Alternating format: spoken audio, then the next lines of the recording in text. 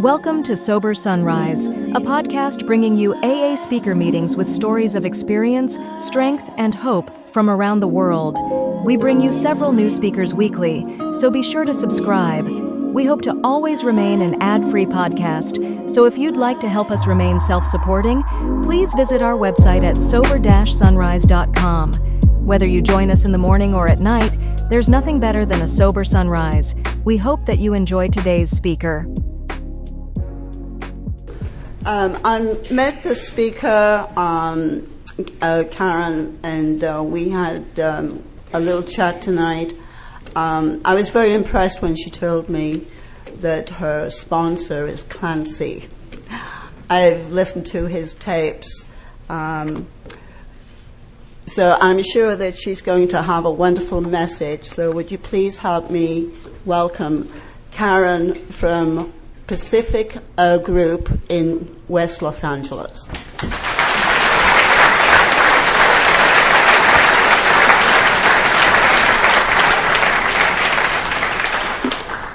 Hi everybody, I'm Karen Garrison and I'm an alcoholic. And it's truly through the grace of God and the power of Alcoholics Anonymous that I've been sober since May 30th, 1982, and that does not make me a miracle. Alcoholics Anonymous is a miracle. And if you're new here tonight, I want to welcome you to AA, and I always call it God's magnificent AA, the program that saved my life, and it's going to save yours too, if you want to take a few quick actions. And I suggest strongly that you get a sponsor, that you get that book, Alcoholics Anonymous, and you get busy. Everybody else is doing around here, and you're going to stay sober. So I've stayed sober for 26 years, and people like me cannot stay sober, I can guarantee you. My home group is the Pacific Group in West LA, a group I'm very, very proud to be a member of, just as I'm sure you're proud to be a member of yours. And I guess if you're not proud, you ought to get a job, and you might change your mind. I certainly have a job in mind, and I'm proud to have that job.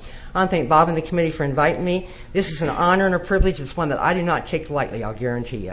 You guys, I love Alcoholics Anonymous. I really do. And I think that it shows. And I make an awful lot of mistakes. I do an awful lot of things wrong. But I'll tell you one thing, that I love you. Make no mistake about that. You know, I've been taught to do an awful lot of things before I ever wrote my big mouth, and one thing is to talk to my sponsor, and Clancy sends you his very best wishes. And if anybody in this room is wondering why I have a man for a sponsor and why I have Clancy for a sponsor, it's really quite simple. I did not get sober in California, got sober in a place called Lincoln, Nebraska, and was not doing well in Alcoholics Anonymous in Nebraska. I went through 19 sponsors at a rapid clip, and I'm certainly not proud of it as I stand here tonight. And thank God for the old timers in AA, because somebody loved me enough to get my current sponsor. I tell you that my life has done nothing but totally complete terms with all that. And I absolutely adore the ground that man walks. And I talked to him a little while ago, and he said, well, get up there and share your experience, your strength, and your hope, and tell those people what it was like, what happened, what it's like now. Ignore the old timers. They got it. They don't need your inspiration, my dear. And talk directly to those new people of the life and blood of AA. And I believe that as I stand here, and I welcome you, and I hope that you stay. And then I think I did, without a doubt, the most important thing I can ever do. And that's to say, God, please help me say what you want me to say to these people. God is very much a part of my life now, you guys. It's nice to be with me, I can guarantee you. I come from an alcoholic hell. I could not even describe it. It was so bad. And, you know, my life is real good today, and sometimes I forget how bad it was. And I can tell you the day I got sober, I weighed 95 pounds. I was the color of squash. Had an alcoholic hepatitis. I had a liver cirrhosis. I had ruptured esophageal varices. And if you don't know what that stuff is, you don't want to know, because you die from that kind of stuff. And I was standing on Skid Row in Lincoln, Nebraska, sucking on a bottle of Mad Dog. And if you guys haven't drank Mad Dog, I need to tell you, it's not one of your finer wines, I can assure you. I'll guarantee you one thing, that crap has never seen a grape, make no mistake about that. I literally could not believe what's going on in my life. I'd lost my children. I'd lost my husband twice, although I really care about that, I want you to know. I'd lost my car, I'd lost my house, I'd destroyed every relationship I'd ever had with anybody, and I was clearly dying from alcoholism. Then I lost the one thing that brought me my knees and disease. I lost my nursing license. And you guys, I love my profession. Absolutely devastated me, but not stopped me from drinking, and there's a reason for that, and it's in the big book of Alcoholics Anonymous, because I have an obsession that somehow, someday, I'll learn to control and enjoy my drinking. The persistent addiction is astonishing, just like the book talks about. Pursuit in the gates of insanity and death. And I'll guarantee you one thing. I was in the gates of appearance. I got almost into my coffin. And I am so grateful for Alcoholics Anonymous as I stand here tonight. I cannot begin to tell you. And you're going to soon see why and stuff. But, you know, like I said earlier, I am delighted to be here. And I'm also delighted you don't have a glass from you. You can see your speaker. I had this terrible experience on the East Coast. I was out there giving a talk. And my skirt fell off in front of 3,000 people. And they had this glass from you. You could actually see the speaker. And that makes me nervous anyway. And I had this black suit on with this wraparound skirt. And the button came in. And I thought, thought, my God, my skirt's going to fall on the floor. And it was too late. It was on the floor. But you guys, you know what? Alcoholics Anonymous has taught me to wear underwear, and thank God I had some on. It's also taught me to take action. I just picked up that skirt and kept right on talking. What else are you going to do? But,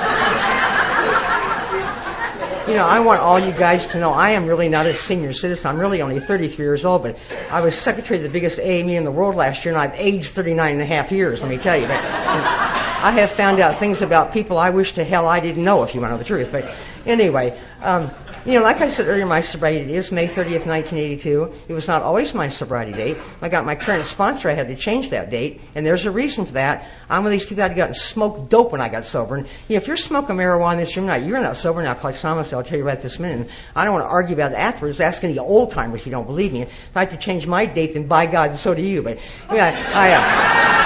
I got my current sponsor, and I tried to explain to him, where I'm from in Lincoln, you can have two sobrieties, one from alcohol and one from drugs. He rather quickly pointed out to me that I was in Southern California. We have one date here to get my date changed. And I was just smart aleck when I got my current sponsor, and I said, where does the book mention pot? He said, the book does mention pot. And I said, Clancy, I have read that book. It's not talk about marijuana in that book. He said, if I find the word pot in that book, will you change your sobriety, never argue with me again? And I knew I was making a bad deal, you guys, but I did it anyway. And I'll be damned if he didn't flip open the big book of Alcoholics Anonymous. On the first page of Bill Wilson's story, it says, died by musket or by pot. I said, that is not what that means. He said, quite frankly, my dear, I don't care what it means. You said the book did mention pot. It does mention pot. Change your sobriety date and quit arguing me or find yourself a different sponsor. It also mentions people who are conscious and capable of being honest with themselves. Are you one of those people? No. Then shut up and change your sobriety date. So, anyway, I am really glad to be here. Clancy and myself and Peggy Martin were here about 12 years ago, if I remember correctly. And I got to tell you guys this funny story. Apparently there's somewhere around here, Jackson Mills, somewhere around this place, within a 100-mile radius, is a place where they reenact the Civil War. Am I right about that? But anyway, I can't remember the name of the place, but my sponsor loves this kind of stuff. He loves Civil War stuff. And so he told Peggy and I, the committee wants us to get up at 5 o'clock in the morning. The committee wants us. That's the key word here. To get up at 5 o'clock in the morning, and we're going to go out there and reenact the Civil War. And Peggy and I said, we don't want to do that. And he said, I don't care what you want to do. You're going to do it. The committee wants us to.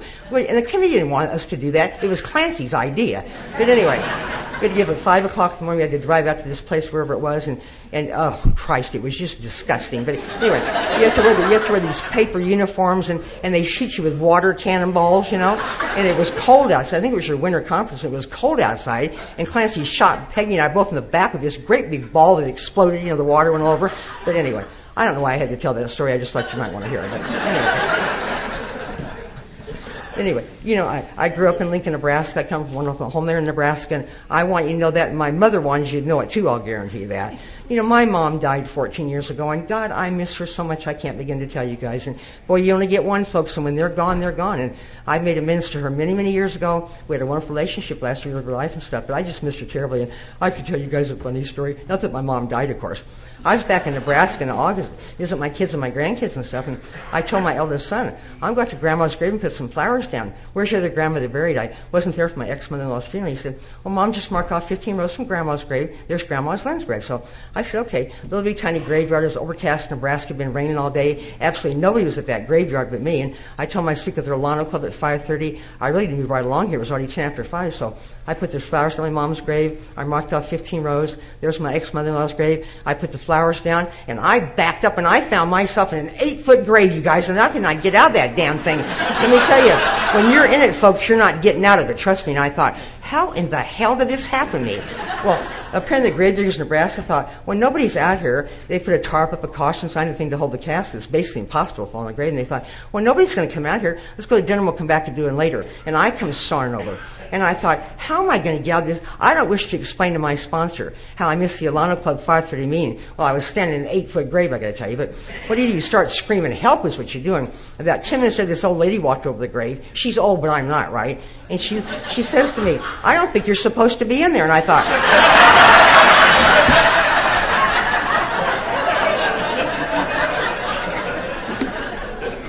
you stupid woman. I didn't say that, however. I had that one in my pocket that particular time. I said, you got a cell phone on you by any chance? She says, I don't. And I said, you go up to the office, tell them bring a ladder, call the fire department. What they got to do to get me out of this damn grave? And I said, but tell them not to run the sirens. Nobody's hurt or anything. And here they come, you guys. Look at Nebraska fire trucks with their sirens going. Look at Nebraska police cars with their sirens going. And reporters of all damn things. And I said, don't you dare put my name in the paper. And they said, we have to report the fire call. We won't put your name in the paper. And I said, you better see that you don't. There it was, Monday morning, California woman falls in an 8-foot grave carrying gear. I can't believe they did that. But I'll have all you old-timers know, I made it to my meeting at 5:29 p.m. I was there. And the people said to me, Karen, why do you have mud over your dress? I said, you don't even want to know, trust me. But you never know what's going to happen in Alcoholics Anonymous. But I come from an alcoholic home, and I don't think that's neither here nor there. I don't do well with people that stand at AA podiums and blame anybody for anything. And my father died from this disease on the streets of Chicago in 1979. And you tell me how a major in the Air Force dies on Skid Row. I don't know how that happened, other than the fact that he was an alcoholic. And whether he found AA or not, I do not know. I just know that he certainly did not stay sober as a result of it. So one more time tonight, this is a cunning, baffling, powerful disease that kills people. This is not a game I'm playing up here. This is serious business. And I would give anything in the world if my father were alive tonight, because we would have a lot to talk about, I can tell you. I have a sister who was Miss Rah-Rah in high school and homecoming queen and cheerleading and all that kind of stuff, and made straight A's, never cracked a book, and I made straight F's, never cracked a book, and that was the difference. My sister was a beautiful little girl. She's a gorgeous woman today. She looks nothing like I do, I got to tell you. And she was a model for many, many years for Neiman Marcus in Dallas, and now she's retired and teaches school in the West Indies. And I got to tell you guys, as a direct result of this program, I love my sister very, very much tonight. And I found out something about her. She's also very beautiful on the inside, too, and I never used to know that. I have a brother who's a fighter pilot in the Navy for many, many years. My brother retired 7 years ago, and right before 9/11 and so forth. And because of 9/11 in Iraq, and he's been called back in the service. And, my brother is really old to be a fighter pilot, you guys. He's 54 years old. And we were growing up, I thought he was such a dork, I can't begin to tell you. Straight as an arrow Mike, doesn't drink, doesn't use drugs, doesn't screw around. He was an embarrassment if you know the truth. But tonight I'm so proud of that man, I cannot begin to tell you. You wouldn't catch me over Iraq in any fighter plane, but neither one of these people are alcoholic. And I have another sister who's married the public defender in Lincoln, Nebraska, who got me out of a whole bunch of trouble when I got sober, and I'm welcome to their homestay, and I never used to be. I come from basically a very boring family, if you know the truth. They're high successful people, and they bore me to tears. I love them, but they bore me to tears. And I have a couple of kids who are 45 and 46 years old, and I know I certainly don't old enough to have kids that age, but by God, I sure do. And this is where it really starts getting interesting for me. These kids are anything but boring, I got to tell you guys. As a matter of fact, they're a couple of jerks, to know the truth, but those couple of jerks have given me 5 of the most gorgeous grandbabies you've ever seen before in your life, and those grandbabies have never seen their grandmother drink, and I hope to God they never do. So things in my family are very, very good tonight. It is only a direct result of this program, I can assure you, and it took a long time for it to happen. In my case, that's a good thing, but I was a disruptive jerk when I was growing up, always in trouble, kicked out of classrooms. I hated discipline. I was very, very rebellious. I really hated people telling me what to do, and I like it even less today, if you know the truth. And I never felt like I belonged anywhere, and I hear that a lot from AA podiums, and I'm right on with that 125%, I got to tell you. I really don't remember my first drink, you guys, but I can tell you, I remember what my first drink did for me. I could do anything I wanted to do. I could be anything I wanted to be, and I drank at any given opportunity after that, and I was probably about 13 years old. I realized that I'm in need of Alcoholics Anonymous tonight, and I honor this podium by talking about alcoholism. I used a lot of drugs too, make that a small part of my story. My sponsor encourages me to do that. And, in the big book of Alcoholics Anonymous, and Bill Wilson's story, he talks about the powerful influence of alcohol and sedation. He wound up on the rocks. That's precisely what happened to me, folks. But, I'm one of these alcoholic females, and I hate to say this from an AA podium, but it's precisely the way that it was for me, and we're supposed to tell the truth up here, that if you pat me on the head, my pants fall if that happens to me, and I got myself into a lot of trouble when I was growing up. I absolutely love men. I love everything about them. You name about it, and I love them. The downfall of my entire existence, and they remain the same today, I'm sorry to say. And I particularly like sick men. There's a room full of them here tonight. I can just feel it.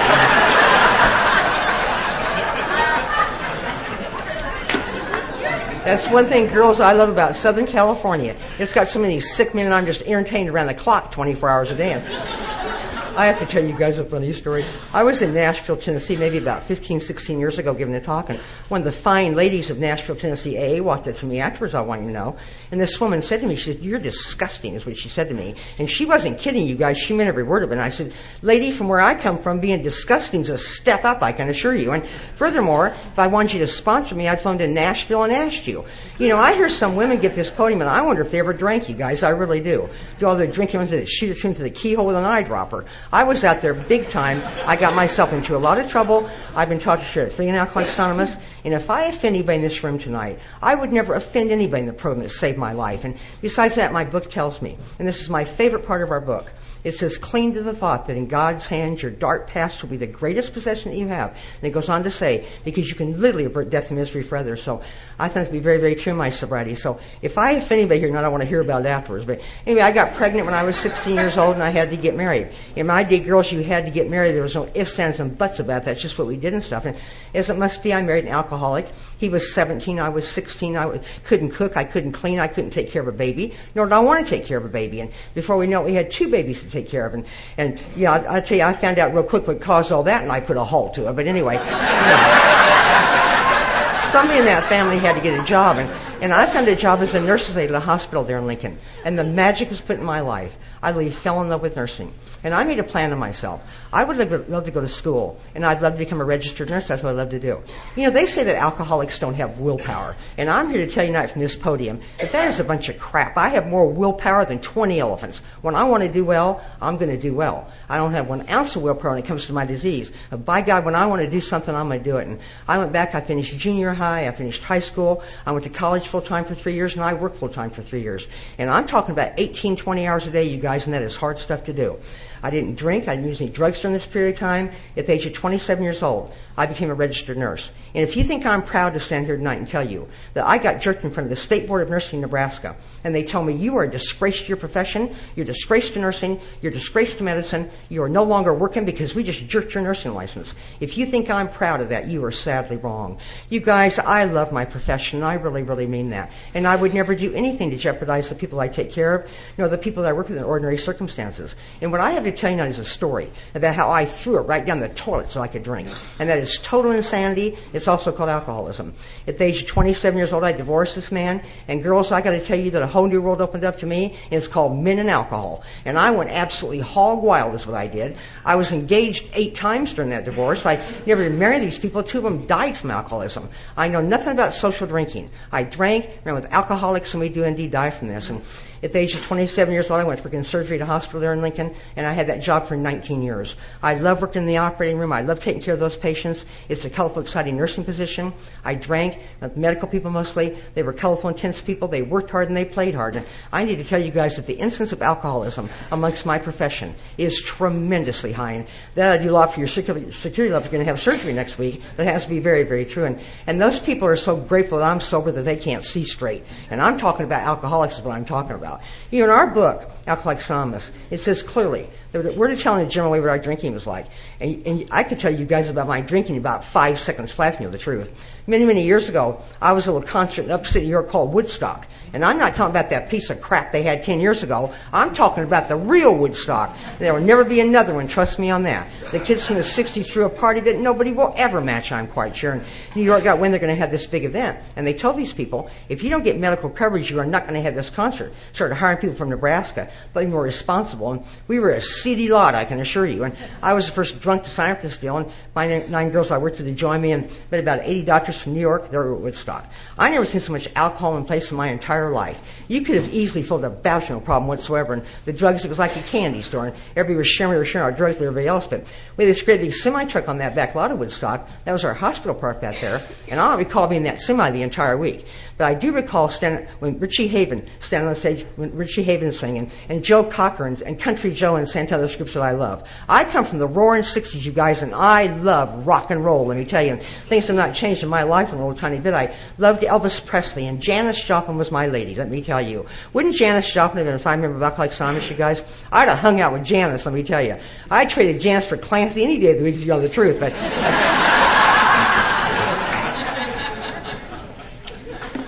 that is a big fat lie. Do not tell him I said that, please. I was just kidding.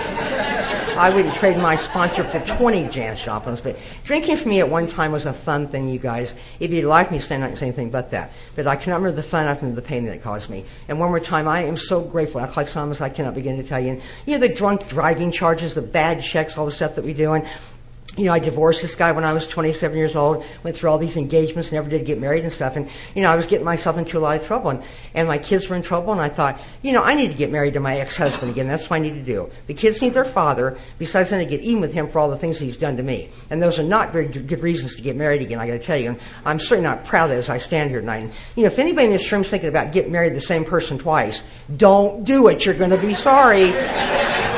The only way I can describe this is like taking a bite out of the same turd twice. I'm sorry, but that's the way I feel. And he feels the same way I do, as a matter of fact. But I danced that man through 3 of the most miserable years of his life on the face of this earth. And I love to tell this story.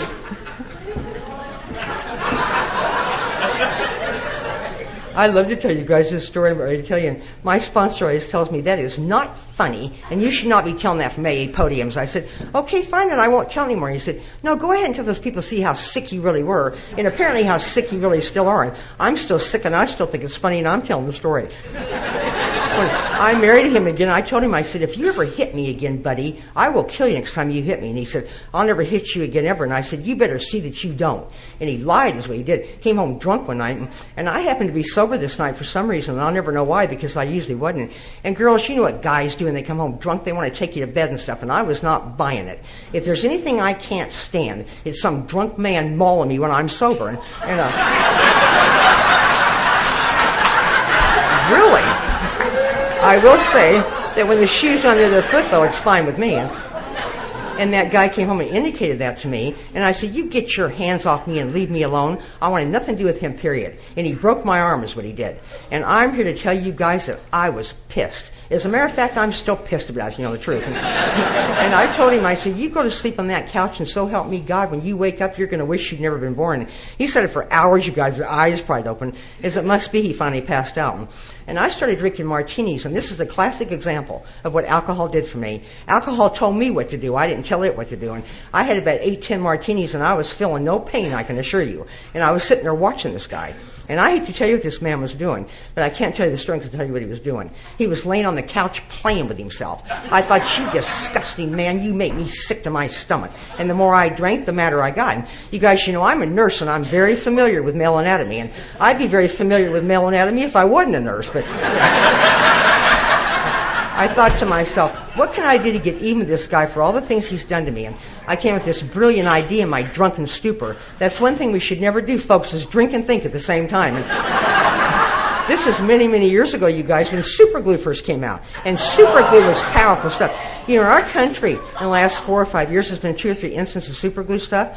I'm the original super glue person. I wear it like a badge of honor, for God's sake. But I got that super glue, and I read the directions on that super glue. And like I said, I was drunk, and I wasn't seeing very clearly. And what I thought those directions said were, if this hits human skin, you better get it off in 15 hours. Now, why would it say something stupid like that? What it said was, in fact, if this hits human skin, you better get it off in 5 minutes, is what it said. And I went, this guy, I get so excited when I tell this story, I could just do it all over again. This guy, and I poured super glue all over this guy's groin, and I mean everywhere. There's not one place man that has super glue. And I laughed about it, and I went to bed. And I woke up in the morning to screams of horror like you cannot even believe it. I didn't mean to hurt this guy as bad as I did, and I swear to God that's true. But I'll tell you what happened to my ex-husband. This guy never had the advantage of being circumcised when he was born, and now he clearly was, I can assure you. It was terrible. And we had a telephone by our bed there in our bedroom link, and he called the police, and the cops were out in front of our home with their sirens going. There was an ambulance out there. The neighbors were gawking out their windows. And, one thing you guys got to keep in mind here, they do not see things like this happen in Lincoln, Nebraska. In California, it would not surprise me one bit, but it's certainly not there. And the cops were laughing, which maybe the whole thing was funny. And they said, lady, are you crazy or what? Why would you do something like this? And I stood there and I said, what makes you think that I did it anyway? I was only standing there with glue on my hands, for God's sake. And they said, you're under arrest for assault and battery. And I said, you cannot arrest wives in Nebraska for assault and battery against their husbands. I knew better than that. And 2 days later when I got to jail, I guess I didn't know better than that. And they took that man to the very hospital that I worked at in surgery, and he had to have surgery. And one more time, the whole staff saw what Karen did, and they took me to jail, I might add. It turned out to be a terrible, terrible thing. Those doctors there in Lincoln couldn't get that glue off, and they had to get 2 surgeons down from Creighton University Medical School in Omaha, Nebraska to get that glue off. And there's a paper written about that at Creighton. And this room's going to go to medical school. You can read about it if you want to. I'd always wanted a paper written about me, but not like this, I got to tell you. And I was sitting in that jail thinking to myself, I am getting out of this marriage. When this guy comes home from the hospital, he's going to glue something to mine shut. And he would have, too. I'm sorry, but he would have. For those who don't know this, that happened to a lady in Kentucky about 6 years ago. It was on the national news, and I was on the 10 freeway. I had a wreck when I heard. I thought, my God, better hear than me, I got to tell you. But, we have an immense step in this program, and my sponsor made me get on an airplane and fly to Sacramento, California, and make amends to my ex-husband. And I tried to tell my sponsor, I'm not sorry that I did that. Therefore, I have to make the amends. He said, I don't give a damn whether you're sorry or not. Get on that airplane, get there, and do what I'm asking you to do, and maybe one of these days you will be sorry. And I'll tell anybody in this room tonight, when that guy sees me, he kind of backs up, let me tell you. But we were able to sit down and talk and stuff, and I made my amends to him. And I will tell you guys, I walked away from that man. I was free what I had done to him. I was free of being married to him twice. And I will tell you, for the first time in my sobriety, the promise of the Big Book of Alcoholics Anonymous came true in my life. And you would also find out about that? Motives mean nothing here, folks. My motives sucked big time on that one. I still got the promises, so go figure. It's action that counts around here, not motives and stuff. But anyway, I divorced this guy one more time. Oh, I have to tell you guys a funny story. I went up to Lompoc Prison to speak about 5 years ago. As we all know, it's a men's federal penitentiary in Central Coast, California, and they have this monthly speakers meeting, so they invite folks from LA to drive up and share. So I went to Santa Maria and drove up there, and you have to go out to the Lompoc property, out to the guard tower, and push the button. And they say, who are you and what is your business? And I told them. They said, Mrs. Garrison, do you have any weapons on you, any guns, knives, explosives? And I said, no. And they said, well, Mrs. Garrison, do you have any super glue on you? For the first time in my life, I was totally speechless, They're in the guard tower laughing. The prisoners put them up to it and stuff. And I said, well, no, as a matter of fact, I don't. They said, well, you can come on in. And the prisoners took me to the meeting room. They had this big blackboard with this great big circle with a red slash and said, no super glue in here tonight. You never know what's going to happen now, like Anonymous. But anyway, I got involved with the most bizarre man I've ever met before in my life. This guy told me he was in the mafia. Now, I don't think anybody in Lincoln, Nebraska is in the mafia, for God's sakes. And I was lying to him, and he was lying to me. It was your typical like nightmare is what it was. I was drinking on a daily basis. I was taking Valium for severe tremors I was starting to have. It was beginning to be no more fun, I got to tell you guys. I'm a nurse and I've studied alcoholism. I know all about it before I became one. It shows me one more time tonight what our book says is so true. Self-knowledge avails us nothing to this disease. It's action that counts. Nowhere in the Big Book of Alcoholics Anonymous do we have a chapter called Into Thinking. We do have one that's called Into Action. And that's the only reason I'm standing here 26 years sober. And the day came me to the hospital told me, they said, Karen, you know what? You are absolutely pathetic. You are the finest nurse on this staff. You have won awards for your nursing ability. What is the matter with you? You have a drinking problem. We're tired of about you in the paper. Drunk driving charges, bad checks, gluing husbands, all the crap that you're doing. Everything you do in Nebraska is in the paper, I'm sorry to say. And they knew my game, let me tell you. They said, either going to a treatment center or you are out of here. We are not protecting you anymore. It's either treatment or you are gone. We're not doing nothing for you anymore. And I said, you and what army's going to make me go to a treatment center? And I walked out of a job that I love more than anything in the whole world. And I cannot say it enough tonight. And I drank and I drank and I died 1,000 times over. I went to work in a nursing home there in Lincoln. What I'm ready to share with you guys is something I am not proud to discuss from any AA podium. It took me years in my sobriety before I would ever mention this. I found myself still in drugs in that nursing home. And I did not do it because I like drugs. I just want to make that clear. I did it for withdrawal symptoms. And I will tell you, I couldn't drink at work, so I started stealing narcotics. It's just that damn simple. And I was stealing morphine and Demerol and cocaine and Valium I get my hands on. And if you think I'm proud of that, you are sadly wrong. And the day came, and the people that ran that place came up to me, and they said, Karen, what is wrong with you? You are just weird is what you are. You take good care of the patients. You're a great nurse, but you're just strange. And I remember thinking to myself, you'd be strange, too, if you had 200 milligrams of Demerol on board. You'd be strange, too. And and I threw my keys at them and walked out the door before they fired me. And I went to work at Bryan Memorial Hospital there in Lincoln. And you guys, it's a fine, fine facility. And I was drunk on that interview about that nursing physician, and I'm not talking about falling down drunk. I was just maintaining a certain level of alcohol in my bloodstream that I would not shake and have those violent tremors. That is clearly desperation drinking. Our book describes it vividly, and I was in hot water up to my yin-yang, let me tell you.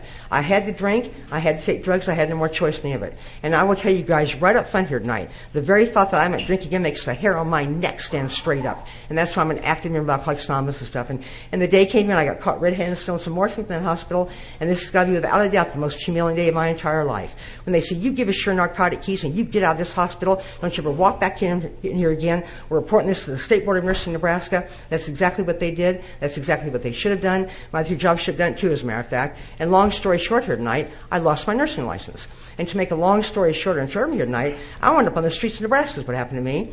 And you guys, I spent 2 years on the streets. And I've traveled the Midwest, I've prostituted myself, and I'll guarantee you one thing, that I have seen and done things that no woman should ever see her doing. I'm still so sick in the head sometimes I think to myself, I wouldn't mind seeing some of them again, you know. And my sponsor assures me I am still a very ill member of Alcoholics Anonymous. But I've been in nut houses, I've been in detoxes, I've been in jails, I've been in institutions. I cannot think of a thing on the streets as a practicing female alcoholic. Things happen to me I would not repeat in this podium tonight, but I'm sure that you had the general idea. And 2 years rolled by for me, and there I was back there in Lincoln, standing on Skid Row, sucking on a bottle of Mad Dog. And I certainly have better things intended for myself than to be doing that, let me tell you. I will never forget that last day of my drinking as long as I live. And I hope to God it was the last day of my drinking. I apparently was so physically sick I just passed down the streets is what happened. But before that happened, there was a Hilton Hotel adjacent to that Skid Row area, and I remember thinking to myself, 2 years ago I used to stand on top of the Hilton Hotel and drink martinis with surgeons. What am I doing standing on Skid Row drinking with these people? And I rather imagine those folks felt the same way when they arrived there. And like I said, I can't tell you much about it at all. I woke up in an intensive care ward at the very hospital I was born at, the very hospital that I worked at for 19 years, and I will tell you guys clearly that the alcoholic hell for me started the day I got sober. I'm not a very big person. I only weighed 95 pounds when I got sober, and I was coming off a quart or whatever a day and 200 milligrams of Valium a day. That is a lot of booze, that's a lot of pills, and I had a lot of dying to do, let me tell you. They say that most alcohol withdrawal is over in 3 days, and maybe it is for some people. It certainly was not for me. It was going to be a long, long time for us to start feeling better. I laid in that intensive care ward. I had tubes come out of my belly that were draining fluid off my liver. I had IVs going, and I found myself in withdrawal that was so bad I cannot begin to tell you guys. And I laid in that intensive care ward, and I shook and I shook and I died for 30 solid days. And I'd scream at those nurses, demand they give me drugs for this withdrawal. They would not give me drug one. There's nothing wrong with your heart. It's not throwing any irregularities. You need to fill one of those tremors and maybe you'll never do it again. And I did not want to hear that, let me tell you. But let me tell you what these people did for me, and I will be forever grateful as long as I'm sober in Alcoholics Anonymous. They got 10 members of AA to come and sit with me. And I just want to say something very quickly because I feel so strongly about this because it saved my life.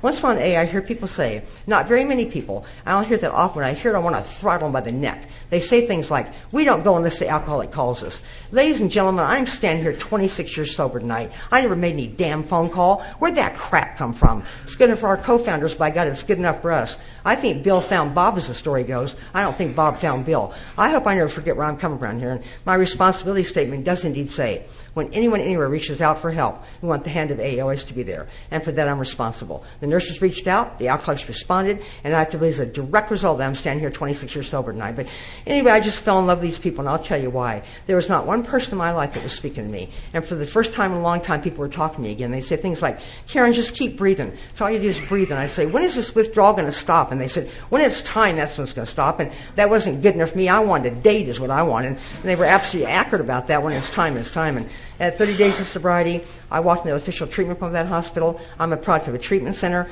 I had no opinion on one way or the other, but apparently I went to a fine one because all they talked about was Alcoholics Anonymous.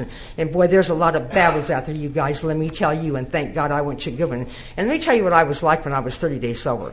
I needed you so desperately on day one that 30 days later was a whole different ballgame, and you started telling me what to do and stuff. And, where I went through treatment, a lot of people got kicked out of treatment for fraternizing. I didn't. Nobody wants to fraternize with an orange person, I can assure you. And, they used to bring the patients over to the hospital and they'd say, look at her, see what's going to happen if you keep on drinking, look at her. I thought, how dare you bring people in my room and say stuff like that? But you guys, you know what? In retrospect tonight, I'm really glad they did that. I get to think about that before I pick up any drink. But I was on a quick study in that inpatient 30-day program, did my very rotten behavior. I was in there for 7 long months. That's a long time being an inpatient 30-day program. But I completed that inpatient program. I went to an outpatient program. I went to an evening care program. I went to an aftercare program. And I found myself a very, very active member of Alcoholics Anonymous in Lincoln, Nebraska. And I wasn't doing one thing where you teach people now to do it. I would tell the new people, you don't need to read the book, and you don't need a sponsor. We can do whatever we do around here. This is an individual program. And needless to say, I was not real popular with the old-timers in Lincoln, Nebraska. And, you can pull your crap out here just for so long, and these old-timers are going to start nailing you one right after the other. God love them, old-timers in Alcoholics Anonymous. They literally saved my life, and boy, they are dying off right and left, I got to tell you guys. And they have taught me well, and I'll be eternally grateful. But this old guy with 29 years of sobriety grabbed me at the one day, and he said, come outside, I want to talk to you. He said, you stay away from the new people. How dare you tell the new people in AA they don't need to read the book and they don't need a sponsor? He said, you're like a typhoid Mary in AA. Everybody dies around you, but you're able to stay sober somehow. He said, you stay away from new people. He went on to tell me, there's going to be a man from California speaking in Kearney, Nebraska this weekend. His name is Clancy. You're going to go up and hear this man speak and ask this man if he will sponsor you. He is a master at dealing with jerks like you. And I heard all about Clancy, and I wanted nothing to do with him, period, because I knew I was going to be in bad, bad trouble. And I got to tell you guys that my fears have been justified 8,000 times over. But excuse me. I told this old-timer, I said, who do you think you are that you're going to tell me you're going to be my sponsor in Alcoholics Anonymous?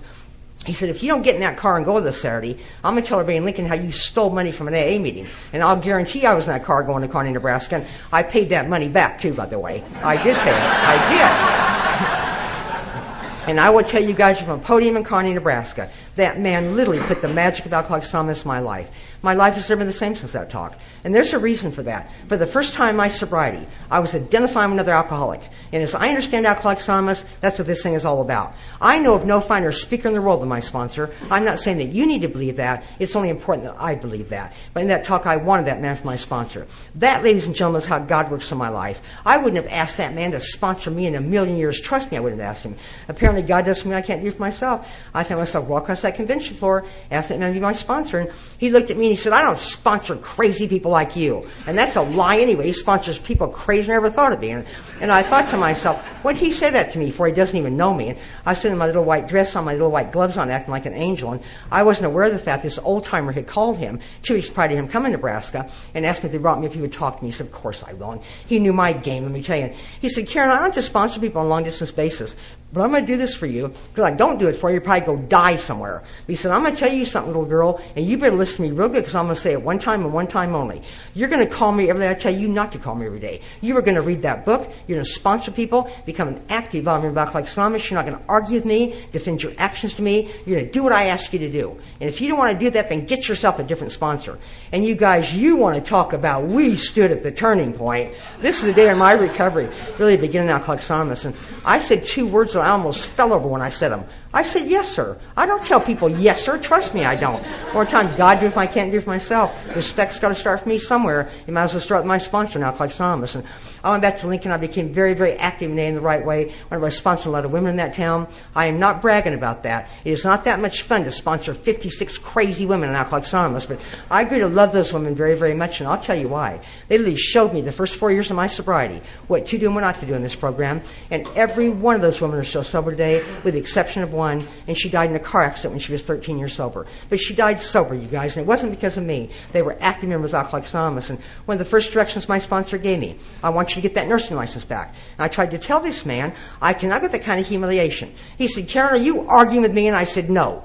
He said, get to the State Board of Nursing Nebraska and tell those people you've been sober in AA for a year and a half, you'd like the opportunity to get your nursing license back. And you guys, I knew it wasn't going to work, but I did it anyway. And that's without a doubt the most important thing I can say in this room tonight. I did what my sponsor asked me to do, whether I thought would work or not. And I asked them for my license back. And they looked at me like I had just grown horns on the top of my head, I can assure you. And they said, how many links are you willing to go to? And I had to do a lot, you guys. I had to take crap off people for 2 years that I wouldn't hire to mow my own lawn, if you know the truth. And I had to keep my mouth shut in the process, too. And one of the happiest days of my life occurred 22 years ago when one more time I was here to confront the State Board of Mercy, Nebraska, and what they told me brought me to my knees for the first time in Alcoholics Anonymous. They said, welcome home, you're fully reinstated as a registered nurse. And that's a gift from AA. I don't deserve it, but by God, I intend to take it. And I went to California to visit a couple of times. I fell in love with Southern California AA, and I found myself telling my sponsor on the phone one day, I want to move to LA, live on that crazy Venice Beach with all those crazy people, belong to the Pacific Group, work at UCLA in the operating room, be on 2 of their transplant teams, their heart and liver transplant teams. I want this and I want that. And every single of those things have come true for me. And those are all gifts from AA. I deserve absolutely none of it, but by God, I'm taking all of it. And, one of the first directions my sponsor gave me, actually wasn't really a direction, he was sure. He said, Karen, he said, Alcoholics Anonymous in its entirety is a spiritual program. What are you doing that year? Are you praying at all? And I think that was on day 2 that I had Clancy. And he said, I said, no, I'm not going to pray. I don't believe in God, and I'm not going to do it. He said, would you like to get yourself a different sponsor? I said, no. And he said, get on your knees in the morning and get on your knees at night, and you pray for God's will. I don't care what you believe. I said, do it. Just keep doing it until I tell you to stop doing it, which will be never. So there, just start doing it.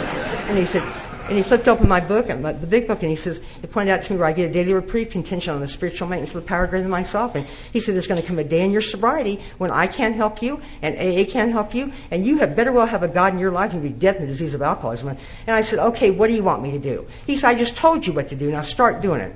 And, I had Clancy for 4 years long distance before I moved out to California, but every day I'd tell him on the phone, this is not working for me. I don't feel any connection with God. And he said, Karen, are you staying sober one day at a time in Alcoholics Anonymous? I said, well, you know that I am. He said, that's the point of the whole thing. Are you stupid or what? I wasn't playing with a full deck when I arrived here. It took me a long, long time to get those simple things. And in 1985, I found myself in Montreal, Canada, at the World Conference of Alcoholics Anonymous. If you guys haven't experienced a World Conference, I will see you all in San Antonio in the year 2010, and something that none of us should ever miss and stuff. But I drove straight from Lincoln, Nebraska with 5 alcoholic women and myself, 6 alcoholic women quacking the whole way. I would never do it again in a million years, trust me, but Jesus Christ. We only had $100 apiece. We had no place to stay. We sure couldn't fly. But by God, we were going to that World Conference. We had to sleep outside we were going. So we got the convention center. We found an apartment room for the whole week for $100. I could not believe our good luck. And I found myself in a great big football stadium at that Friday night meeting. And there was 65,000 sober alcoholics in that football stadium. And I was in awe of Alcoholics Anonymous, in absolute awe of this program. Down in the football field, they were practicing for a flag ceremony. And, I know if you're new here, this all sounds real hokey to the new people, but the longer I stay sober, the cornier I get for some reason. But anyway, alcoholics from all the world carrying their national flags. And you guys, I'm from Nebraska, and I was impressed, let me tell you. And I'm impressed in people from all the world in Alcoholics Anonymous. And my sponsor was helping them direct that flag ceremony, and ran down to tell him hi. And introduced me to people from all over the world in AA. And you guys, like I said, I'm from Nebraska, and I was impressed. And I ran back up to join my friends, and that flag ceremony started. And I will never forget this as long as I live. I will never forget this. When the United States of America's flag touched the turf of that stadium, I saw 65,000 sober alcoholics go absolutely crazy. I looked around myself. I did not see one dry in that football stadium. I saw those old-timers sitting around, all the new people, and all the people in between. And they all seemed to be loving this thing so very, very much. And I remember saying to myself, why can't I feel what these people are feeling, And for the first time in my life, I got tears in my eyes. I did not try and stop. And for the first time with any amount of sincerity whatsoever, I said, God, thank you for getting me here. Please help me to stay here. Please help me to love this program as much as these people do. And I will tell you guys, in a foreign country, in a foreign land, I came to believe in a power greater than myself by watching being with the people in Alcoholics Anonymous.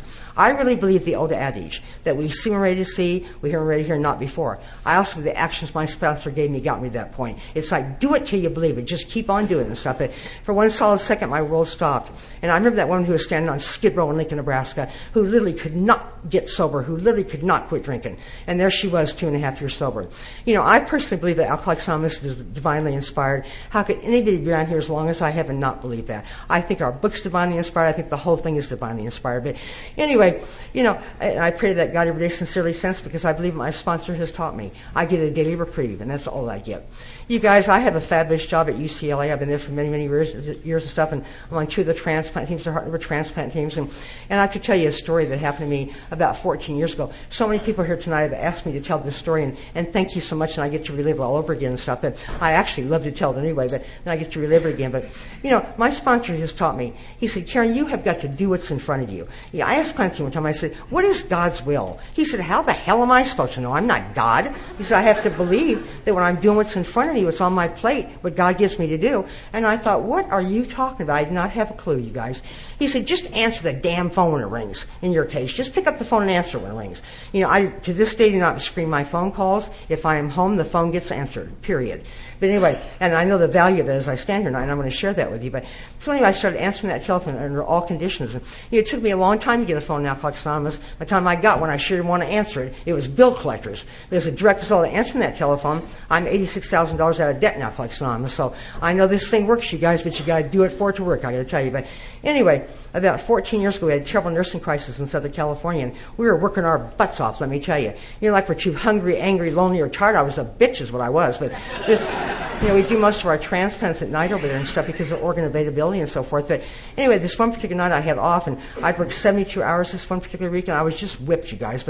And I went to meet early, I went home and I went to bed early, and the phone rang about 2 o'clock in the morning. I thought, I am not answering that phone. It's either my boss want me to come to work, or somebody I sponsor wanted to whine about something. I'm not picking up the phone. I deserve a night off.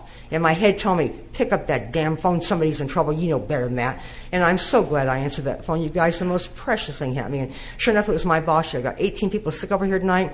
We're going to do a liver transplant. Little girl that's about 3 years old. I have nobody to do it. Now get over here and help me. I know you work 70 hours, Karen. I don't want to hear it. I need you to come over here right this minute. And the phone went dead. I was going to call my sponsor, but I'm going to talk to him about nothing at 2 o'clock in the morning. I knew that he told me nobody ever died from lack of sleep, Karen, on his way back to bed.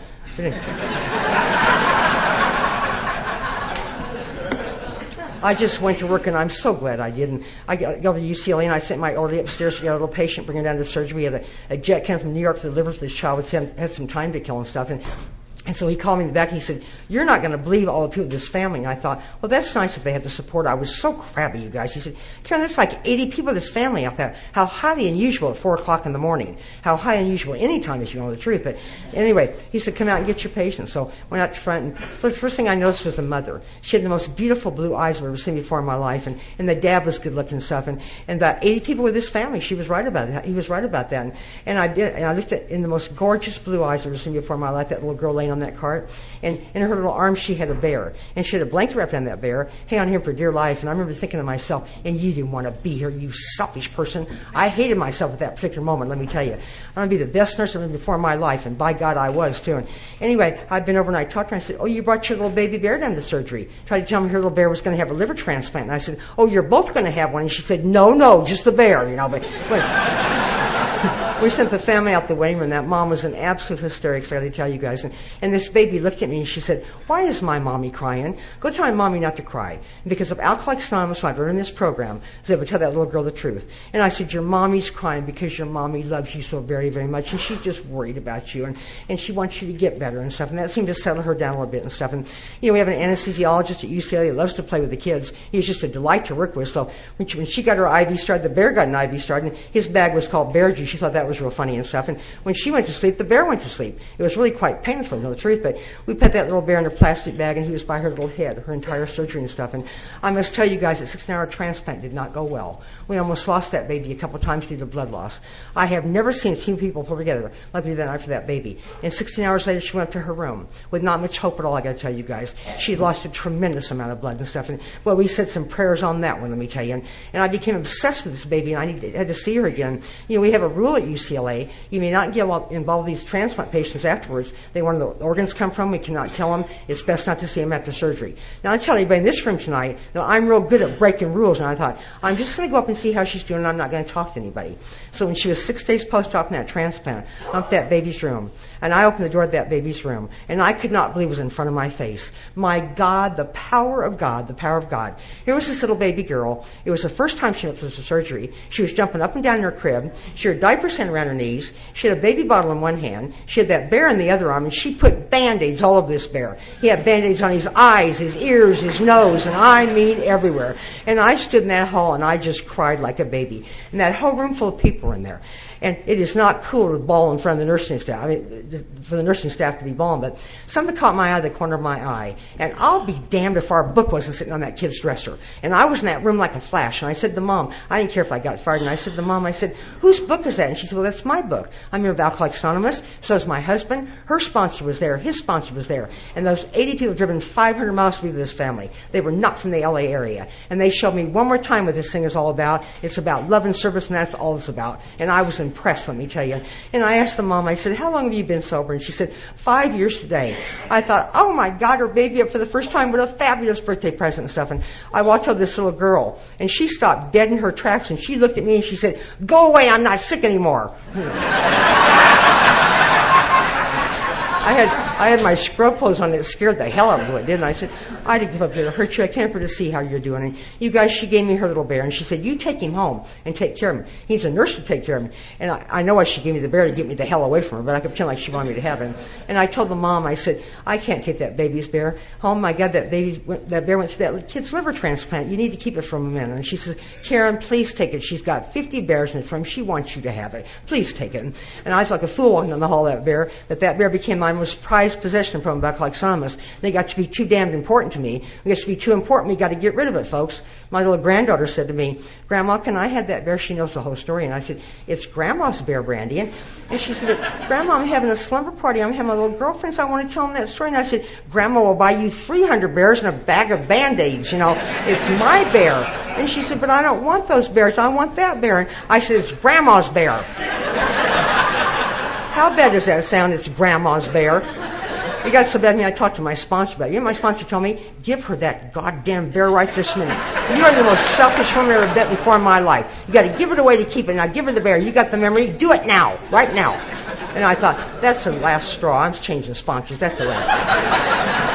I obviously have not done that yet, but and I hope that I never do. But anyway, I just visited my bear in Lincoln, Nebraska. He sits on her dresser. She's 22 years old now. She has kids of her own, and she has taken very good care of my bear. But in that hospital room, I thought I need to reciprocate here. I obviously was not prepared for a birthday party, and I mean something that was in my pocket. It was a medallion for 5 years of sobriety. I was 14 years sober when this happened. I hung on that medallion for many, many years too long. You know, we say in Alcoholics Anonymous, you've got to give it away to keep it. You've got to give it away. And I'm a selfish woman, I'm sorry to say. I could not seem to find the woman that was special, of my opinion, to give my 5-year medallion to from my sponsor. And the reason in my pocket, not at work, there's narcotic keys next to that medallion. I didn't tell anybody in this room tonight, when I open that cupboard sometimes, my eyes like firecrackers. Could grab that and remember where I'm coming from here. But anyway, I gave her my medallion. She says, Karen, I can't take that. My God, Clancy. I said, no, I want you to have it. And I really, really meant that and stuff. And the nurses got wind of all this. We got a cake for the mother. We celebrated her 5 years of sobriety. I got my sponsor on the telephone. Within about 3 hours, we had about 50 cars in front of UCLA. And I cannot begin to tell you how proud I was to take those people to my home group in Alcoholics Anonymous and at the Pacific Group.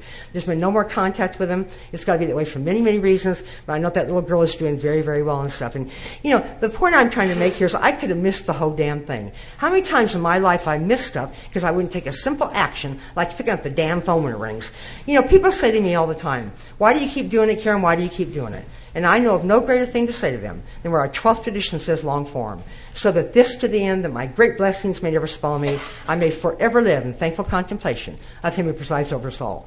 And there's more reasons than that for me. You're the ones that walk me when nobody else would walk with me. You held my hand when nobody else would hold my hand. And you told me that you loved me. And I need you as desperate as I need you in 1982. You've taught me how to live. You've taught me how to love. You've taught me how to keep my pants up and all those things. And I don't do any of those things very well. But I'll tell you the one thing that I do with 200% absolute perfection, that is this, that I love this program more than the whole world. And it's truly a story from an alcoholic hell I cannot even describe. I have truly been given, just like the big book of Alcoholics Anonymous says, I have truly been given the keys to the kingdom. And I'm going to say one more thing, and I'm going to shut my mouth here right on time. It has been one hell of a walk from Skid Row, Nebraska, to where I stand in Jackson Mills, West Virginia tonight. And I think that but for the grace of God and Alcoholics Anonymous, I would have missed it all. Thank you so much for having me, and thank you, Frank.